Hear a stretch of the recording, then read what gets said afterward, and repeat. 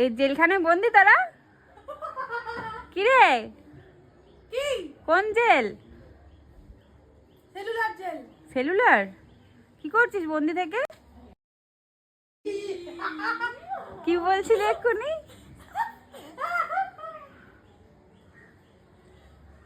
Tata. Hello everyone, good morning, welcome back to my channel, welcome to new mini blog. তো তোমরা কালকে ভিডিওটা দেখেছিলে কি আমার মামার মেয়ে এসছে আমাদের বাড়িতে।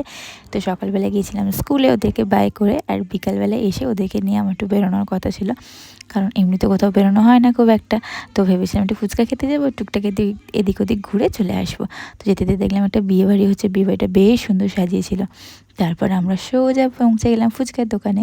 এটা নতুন একটা ফুচকা কাকু ছিল, কারণ আমাদের যে ফুচকা মানে যার থেকে আমরা খাই, তো সেই কাকুটা সেদিন বসেনি। তো আমরা ভাবলাম কি একটু নতুন কোথাও ট্রাই করে দেখা যায়।